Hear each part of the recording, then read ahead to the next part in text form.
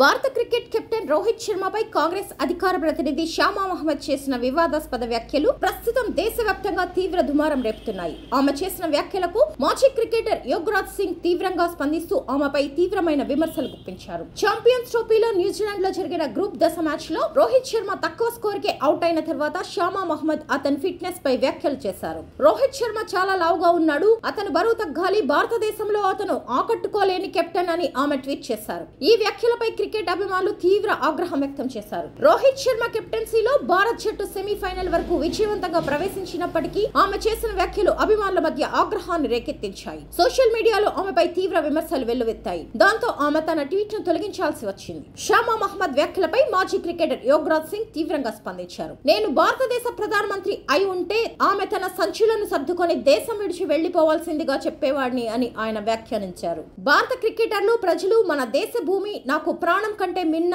మన దేశానికి గర్వకారణంగా నిలిచిన ఆటగాడిపై ఇలాంటి విమర్శలు చేసే రాజకీయ నాయకురాలు సిగ్గుపడాలి అంటూ, క్రికెట్ మాకు మతంలా మన జట్టు న్యూజిలాండ్, ఆస్ట్రేలియా చేతిలో ఓడిపోయినప్పటికీ తాము ఎప్పుడూ తమ ఆటగాళ్లను మద్దతుగా నిలబెట్టుకుంటామని, రోహిత్, విరాట్ గురించి ఇలాంటి తప్పుడు విమర్శలు చేయడం అసహ్యకరమైన విషయమని ఆయన అన్నారు. పాకిస్తాన్ లో ఇలాంటి వ్యాఖ్యలు చేయడం సాధారణం. వారి మాజీ ఆటగాడు ఎవరు ఎన్ని అరటి పండ్లు తిన్నారు అని ఒక ఆటగాడిని ఎగతాళి చేశాడు. మన దేశంలో ఇలాంటి వ్యాఖ్యలు సహించరాదు, దీనిపై తగిన చర్యలు తీసుకోవాలి అని షామా మహమ్మద్ వంటి వారు ఈ దేశంలో ఉండే అర్హత లేకుండా పోయింది అని యువరాజ్ స్పష్టం చేశారు. తన వ్యాఖ్యల తీవ్ర వ్యతిరేకతను ఎదుర్కొన్న తర్వాత షామా మహమ్మద్ ఏఎన్ఐ మీడియాతో మాట్లాడుతూ తన ప్రకటనను సమర్థించుకోవడానికి ప్రయత్నించారు. ఇది కేవలం ఒక క్రీడాకారుడి ఫిట్నెస్ గురించి సాధారణమైన ట్వీట్, ఇది బాడీ షేమింగ్ కాదు, నేను ఎప్పుడూ క్రీడాకారులు ఫిట్ గా ఉండాలని నమ్ముతాను అని, రోహిత్ కొంచెం అధిక బరువుతో ఉన్నాడని భావించాను, అందుకే ఈ వ్యాఖ్యలు చేశాను అని, ఎటువంటి కారణం లేకుండా నాపై దాడి జరిగింది అని, ఒక ప్రజాస్వామ్య దేశంలో తన అభిప్రాయం వ్యక్తీకరించడానికి హక్కు తనకు ఉంది అని ఆమె తెలిపారు.